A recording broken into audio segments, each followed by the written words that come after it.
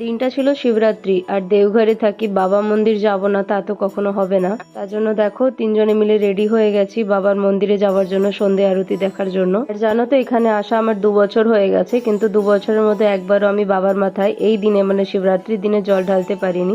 যেহেতু বাবু এখন আমার ছোট, আগের বছরও ছোট ছিল, এবছরও ছোট আছে, সেজন্য ওকে রেখে এতক্ষণ আমাকে লাইনে দাঁড়িয়ে বাবার মাথায় জল ঢালাটা সেটা সম্ভব হবে না। জন্য আমি অন্য মন্দিরে জল ঢালি আর সন্ধেবেলা যাই আরতি দেখতে বাবা মন্দিরে। তখন আমরা মন্দির গেছিলাম, তখন বাজছিল 6টা।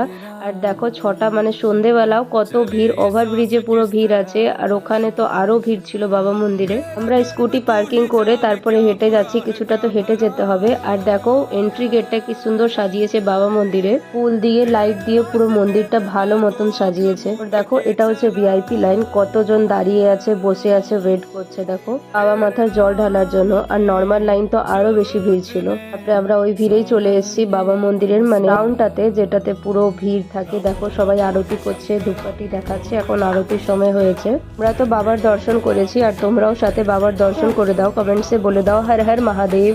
আজ রাত্রে তো ভোলে বাবার বিয়ে, সেজন্য দেখো এখানে বরযাত্রী যাওয়ার জন্য সবাই নাচ গান করছে, ঢোল বাজছে। এই দৃশ্যগুলো দেখতে এত যে ভালো লাগছিল, তোমরা না দেখলে বিশ্বাস করতে পারবে না। দেখো এখানে বেটু তো আগের থেকেই ডান্স করছিল, তারপর ওর বাবার বেটু মিলে ডান্স করছে দুজনে। দেখে টেকে আমরা বাড়ি ফিরে গেলাম। ভিডিওটা কেমন লাগলো জানিও, ভালো লাগলে চ্যানেলটাকে অবশ্যই সাবস্ক্রাইব করে দিল। চলো টাটা।